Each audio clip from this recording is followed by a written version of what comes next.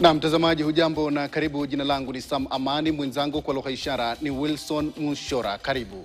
Na wakazi wa mtaa wa Njoroge Parklands hapa Nairobi sasa wanaishi kwa hofu kufuatia kile wanachokidai kuwa mfululizo uvamizi wa usiku unaolenga kuondoa katika makazi yao ambayo wamekuwa wakiishi kwa miongo kadhaa. Uvamizi wa hivi punde umeacha baadhi yao na majeraha, nyumba zao zikiharibiwa na maswali mengi kuhusu waliohusika na sababu ya operesheni hiyo kufanyika usiku. Mwanahabari wetu Catherine Imuraget ana taarifa hii kwa kina.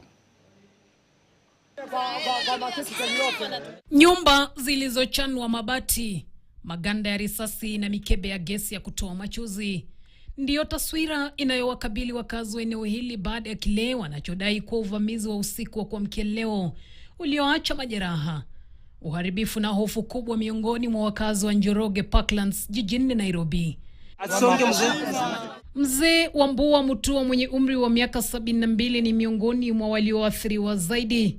Ndio wa jamaa walitokea watu 10 na wengine wakakimbia mbele, wengine wakanifuata nyuma, walikuwa na mapanga, pisu na shoka.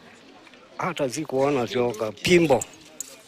Maskari nao walikuwa wamesimama mbele na bunduki zao. Wakazi hawa wanasema wameishi katika eneo hili kwa zaidi ya miaka 40. Sisi tumelala, hatuna silaha yoyote, wao wanakuja na silaha. Sasa sisi tuna ubaya gani? Na sisi tunafuata sheria, notice kwa mahala mtu akikaa. Sisi tukatai kutoka hapa, lakini tuna utaratibu. Kuna utaratibu ambao ufuatwa na sheria ufuatwa katika kiserikali. Ukichungulia ni askari wamevaa helmet hivi, lakini sasa wako na like goons. Mtu anakuja na kata mabati yako, anavuruta. Hiyo sasa sijavaa nguo.